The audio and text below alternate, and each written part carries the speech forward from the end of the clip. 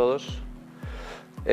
Mi nombre es Álvaro Salas, como ya se ha comentado, soy director de innovación y nuevos negocios dentro del vertical de banca y seguros de Indra.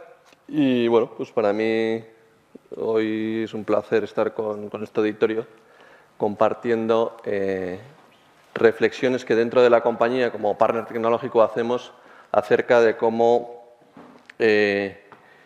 vemos que el sector, la banca en general, está caminando hacia lo que se denomina bancos como plataforma.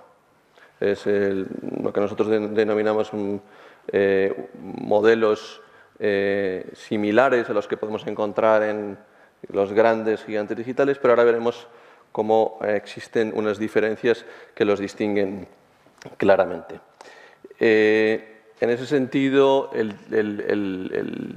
digamos, el marco en el que se desenvuelve esta jornada de hoy, que es Data Driven Banks, pues encaja plenamente, porque cuando uno piensa en el modelo de un banco como plataforma, en realidad lo más importante de ese modelo es que el banco sea efectivamente un banco basado en datos, ¿vale? Por tanto, ese modelo de banco como plataforma encaja plenamente en la idea de Data Driven Bank. Antes de explicar un poco cómo es ese modelo y cuáles son las características que lo distinguen, quería poner un poquito de contexto acerca de la industria, ¿no?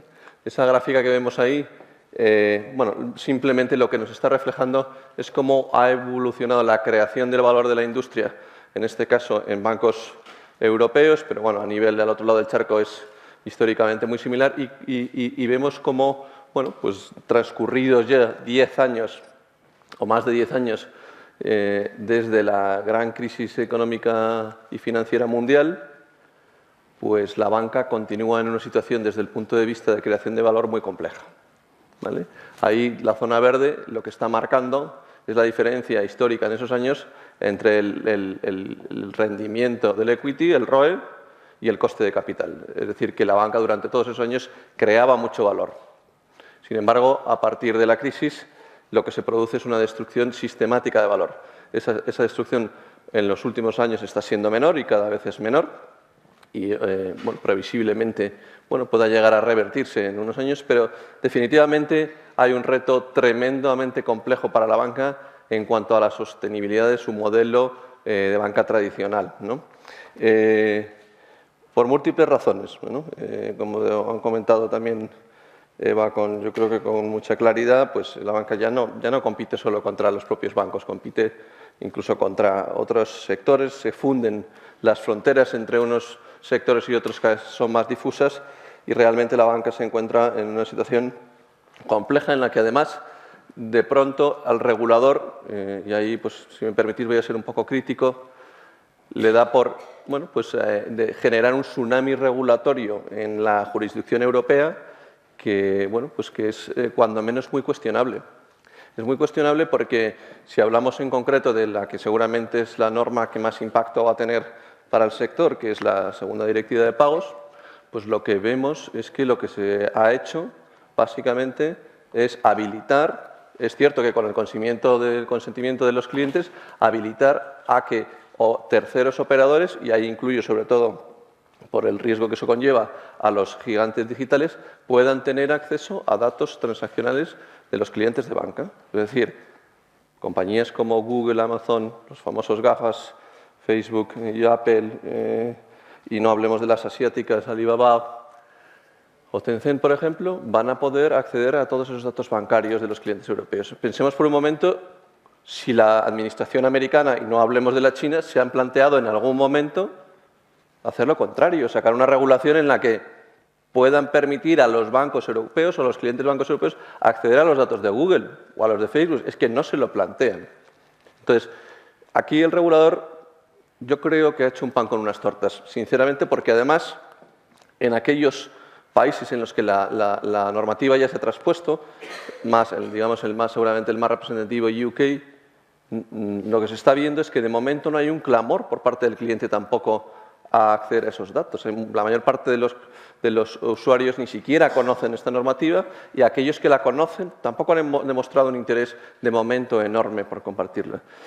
De hecho, en las dos figuras que habilita esta norma, que básicamente son los iniciadores de pagos y los agregadores de información de cuentas, el impacto que se prevé por distintos estudios es, en el primer caso, en la iniciación de pagos, bastante relativo. Hay gente que habla de la desaparición de las tarjetas, los nuevos esquemas de pago, pero en realidad el impacto, como digo, bueno, pues habrá que verlo, pero no es previsible que sea tan grande en la medida en la que, al final, la iniciación de pagos está vinculada al comercio electrónico. El comercio electrónico, aunque crece a tasas muy rápidas, aún en 10 años, en media, representará aproximadamente el 10% de todo el consumo en la zona euro y, sin embargo, de ese 10%, es decir, dentro de 10 años, de cada 1.000 euros que un europeo consuma, aproximadamente, digamos que unos 150, un 15%, perdón, en media, lo consumirá vía e-commerce.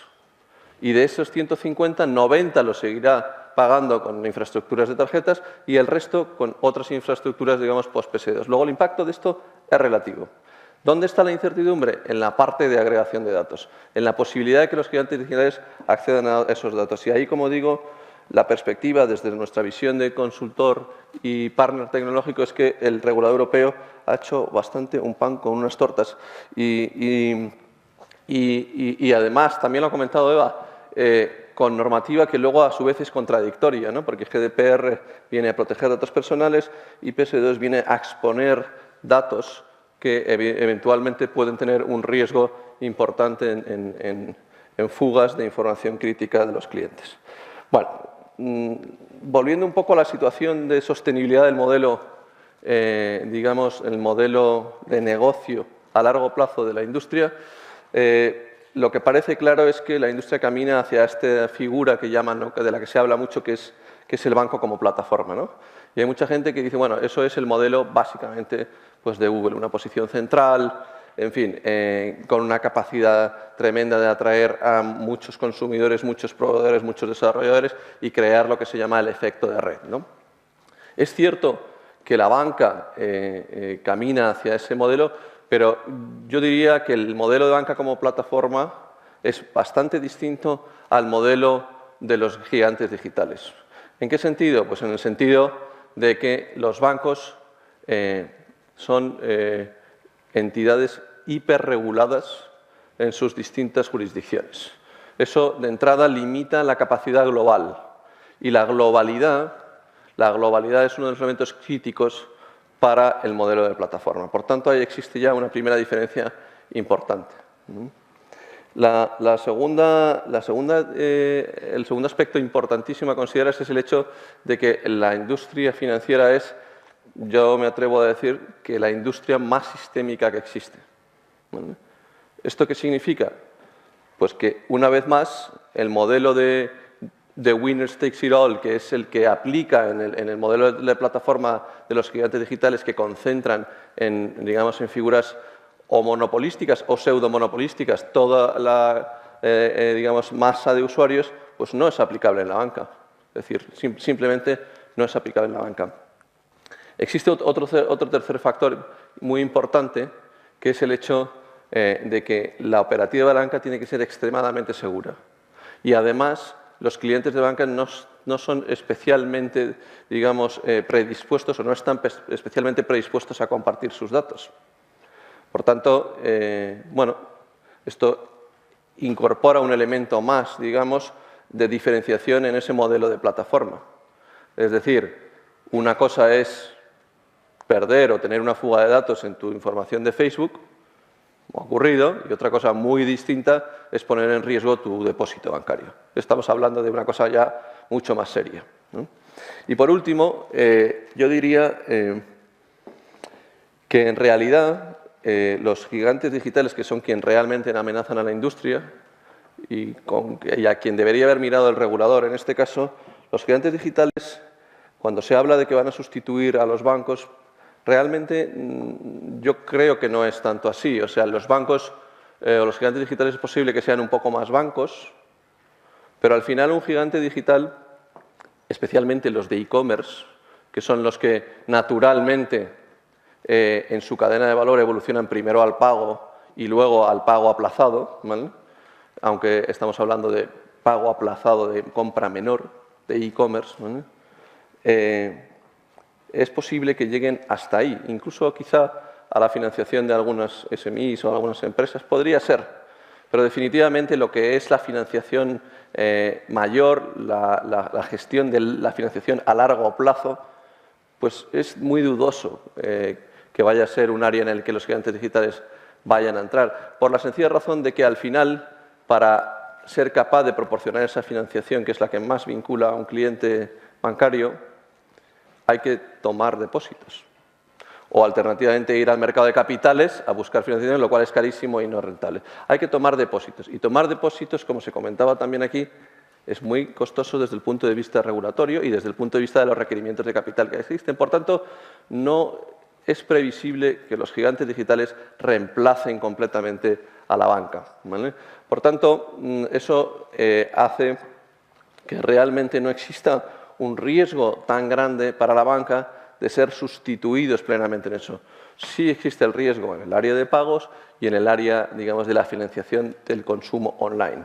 Pero digamos que hay más tiempo para los bancos del que probablemente se piensa para llegar a constituirse en plataformas que, como digo, son distintas.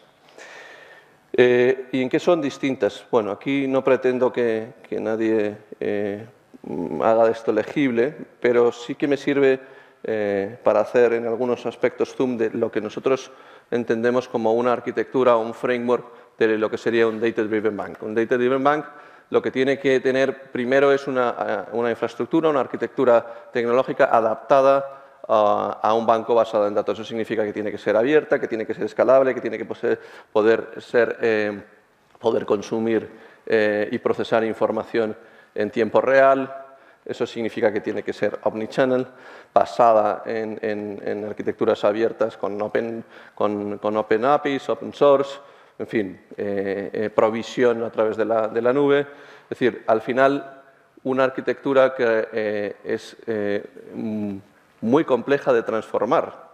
Y aquí los bancos tienen que hacer un esfuerzo muy grande de inversión y, de hecho, lo están haciendo enormes inversiones para transformar sus arquitecturas tecnológicas. Y la manera, probablemente, en un entorno como lo hemos visto, de hacerlo es por la vía de liberar recursos económicos reconfigurando la red actual de distribución, que evidentemente tiene que evolucionar y, de hecho, lo está haciendo. Por ahí se liberan recursos económicos que se destinan a todas esas inversiones que son muy grandes para adaptar la infraestructura tecnológica. Y a partir de ahí ya estás en posición de convertirte, digamos, en una compañía capaz de generar y gestionar datos. ¿Qué datos? Pues hay una variedad enorme de datos. Es verdad que los bancos tienen ventajas diferenciales frente a los gigantes digitales, como la seguridad, como la gestión de los riesgos, como los datos, no tanto la inteligencia que están siendo capaces de extraer, porque en esos de momento les sacan distancia, pero sí sus propios datos son de enorme valor y en las importantes bases de clientes de las que disponen. Pero siendo de enorme valor los datos que tienen los bancos, no son suficientes por sí mismos. Y aquí un poco me gustaría incidir en el hecho de que el arte, y ahí es donde digamos, la banca está mejorando, pero todavía tiene recorrido, de extraer inteligencia de los datos, tiene que ver mucho con combinar mucha información proveniente de distintas fuentes. Es decir, el banco tiene una información muy importante de sus clientes, pero no de todos los clientes. Tiene la necesidad de agregar información de otros clientes. Eso para empezar a hablar. Pero luego puede incorporar un montón de información de distintas formas y, de hecho, se está empezando a hacer. Y es cuando combinas la información, cuando empiezas a descubrir patrones que te permiten proyectar inteligencia y proponer al cliente una nueva, digamos, propuesta de valor. Estamos hablando de combinar datos, pues, como digo, de otros bancos, combinar datos de compañías de seguridad, combinar datos, por ejemplo, de la cadena de suministro electrónica de sus clientes empresas. Estamos hablando de pedidos electrónicos, de facturas electrónicas. Estamos hablando de combinar datos del mundo retail, de sus clientes merchants. Estamos hablando de combinar la información que tienen con datos de registros públicos, de real estate, de coches. Estamos hablando de combinarlos con buros de créditos, que también en gran medida se está haciendo, con datos de utilities, con un montón de información que permite extraer, como digo, inteligencia. Y esa inteligencia es la que va a permitir al banco ofrecer una verdadera propuesta de valor novedosa. ¿Y en qué consiste esa propuesta de valor novedosa? pues en lo que, bueno, de manera, digamos, o a muy alto nivel, sería el que el banco sea capaz de ayudar a su cliente a tomar las mejores decisiones financieras para conseguir sus objetivos vitales.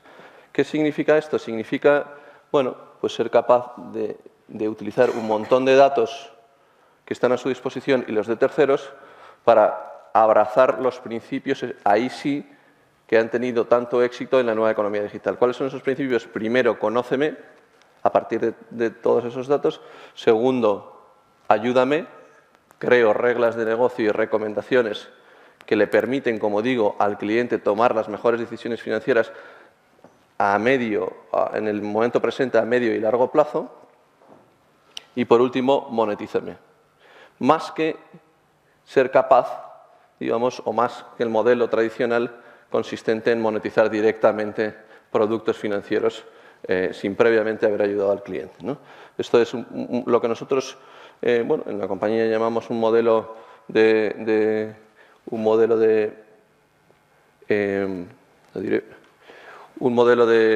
financial coaching o de LFP, Life Financial Planner, que es algo mucho más evolucionado que lo que conocemos hoy en día como PFMs de primera generación, que básicamente aportan un pie chart de gastos y poco más, sino realmente ser capaz de proporcionar al cliente una visión completa de sus finanzas y de su patrimonio para ofrecerle recomendaciones. Aquí os voy a mostrar, bueno, una plataforma, digamos, una herramienta, digamos, de financial coaching que incorpora todos estos aspectos que decíamos, ¿no? Esta es la vista, digamos, de la situación financiera y patrimonial completa de una persona, en la que, como vemos, en primer término, lo que estamos es ofreciéndole una visión completa de su patrimonio, sus activos y sus pasivos. Esto es muy relevante. ¿Por qué? Porque la gente tiene una intuición, digamos, de cuál es su situación patrimonial, pero realmente no la conoce en detalle. Hoy la tecnología permite decirle a una persona, por supuesto, cuál es su dinero líquido, cuál es el valor de sus inversiones financieras, cuál es el valor de su patrimonio inmobiliario, que será normalmente el que mayor peso tenga, cuál es el valor de sus vehículos, por ejemplo, y los pasivos, de manera que en este caso esta persona, Juan García, pues tiene un patrimonio neto de 187.000 euros, ¿no? Cuando su vivienda vale 298.000, su auto vale 23.500, por ejemplo, ¿no? Si nosotros a partir de ahí bajamos, podemos ver también su cuenta de resultados. Es decir, esa es una fotografía de lo que valdría de balance en una compañía de esa persona. Podemos también ver su cuenta de resultados, en este caso del último mes. Y eso proyectarlo en una visión comparativa entre sus gastos y sus ingresos en términos relativos. Bueno, esta visión, que básicamente es meter un pequeño director financiero en el bolsillo de cada persona, permite hacer un zoom mucho más detallado. Yo puedo irme, en este caso, al detalle de la vivienda y decirle a esta persona cuánto vale su vivienda en este momento, en qué plazo, si la quisiese vender de tiempo para ese valor, estaría en condiciones de venderla, cuál sería el descuento que tendría que hacer si tiene que ofrecer, si quiere venderla en un periodo entre 0 y 6 meses de forma acelerada, si quisiese alquilarla, cuál sería el precio del alquiler que tendría que poner en el mercado. Soy capaz de decirle cuál ha sido la evolución del precio, pero sobre todo, lo que es más importante, cómo va a evolucionar el precio de su vivienda en particular. Su vivienda, no la zona, sino su vivienda en particular en los próximos años.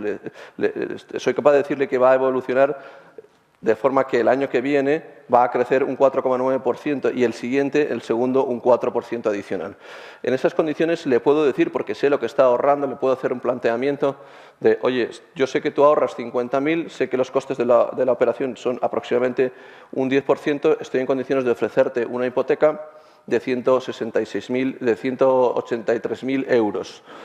Además, te puedo decir que si vas a invertir en una segunda vivienda, en la zona en la que tú vives, ¿qué viviendas de ese precio tienes? Y en ese momento ofrecerte la financiación en contexto. Exactamente puedo hacer algo muy parecido en el ámbito de los vehículos. Yo puedo entrar en el vehículo de esta persona y decirle cuál es el precio de su vehículo cuando lo compró, cuál es el precio actual en función de la curva específica de evaluación de ese vehículo. Todo esto que he dicho de la casa y del vehículo, que son elementos patrimoniales importantes, se obtiene a partir simplemente de una dirección en el caso de la casa, o una matrícula en el coche. Puedo decir cuál es la estructura de gastos. Puedo ofrecer recomendaciones sobre cómo consumir, digamos, o cómo ir a una gasolinera que está en el camino a su casa en el que el precio del combustible es más barato. Soy capaz de decirle, porque sé cuánta gasolina consume y sé qué modelo de coche tiene exactamente, cuántos kilómetros tiene su vehículo. Si sé cuántos kilómetros, sé que es posible que le toque la revisión de los 90.000, por ejemplo. ¿Estoy en condiciones de ofrecerle un préstamo para asumir ese gasto adicional? O si es el momento, como estoy viendo los kilómetros y los años del coche, de ofrecerle un préstamo para la compra de un nuevo vehículo, dado que está en el periodo de renovarlo. También puedo decirle el detalle de cuáles son sus inversiones financieras para cada una de sus posiciones, agregando toda la información de los distintos bancos que tenga, fondos, acciones, es decir, cualquier elemento o activo de inversión y ahorro del que el cliente disponga. Y como decía, estoy también en condiciones de aportarle una visión no solo estática, sino dinámica en el tiempo, incluso proponiéndole respuestas o acciones alrededor de lo que sería su planificación financiera a futuro. Porque yo sé lo que ahorra y sé lo que es capaz de ahorrar mensualmente, también sé cuál es su esperanza de vida, sé y puedo predecir estadísticamente más o menos en función de la base de cotización cuánta será la pensión que le corresponda.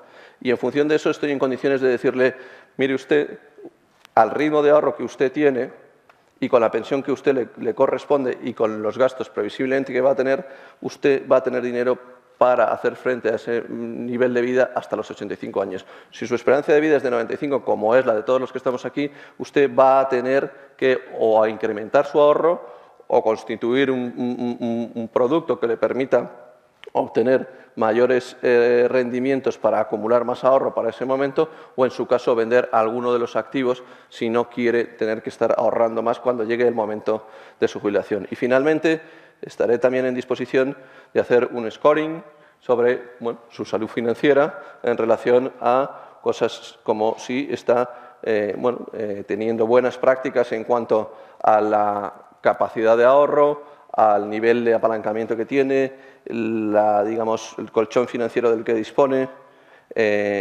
hasta qué punto, como digo, su nivel de ahorro está dentro de las prácticas recomendadas y todo lo que tiene que ver con, al final, una fotografía de su salud financiera. Esto que hemos visto, toda esta información, y con esto ya acabo, todo esto requiere de una cantidad de información y de combinación de datos muy grande. Para algunas cosas de las que hemos visto, simplemente es necesario ser capaz de haber combinado, por ejemplo, más de 10 fuentes de datos distintas, incluidas las de las propias entidades financieras. Y ahí es donde hay una oportunidad enorme para, como digo, que el banco, basado en datos, proporcione una propuesta de valor distinta, completamente orientada a que el cliente tome sus mejores decisiones financieras a lo largo de su vida para conseguir sus objetivos vitales en este momento, a medio plazo y a futuro.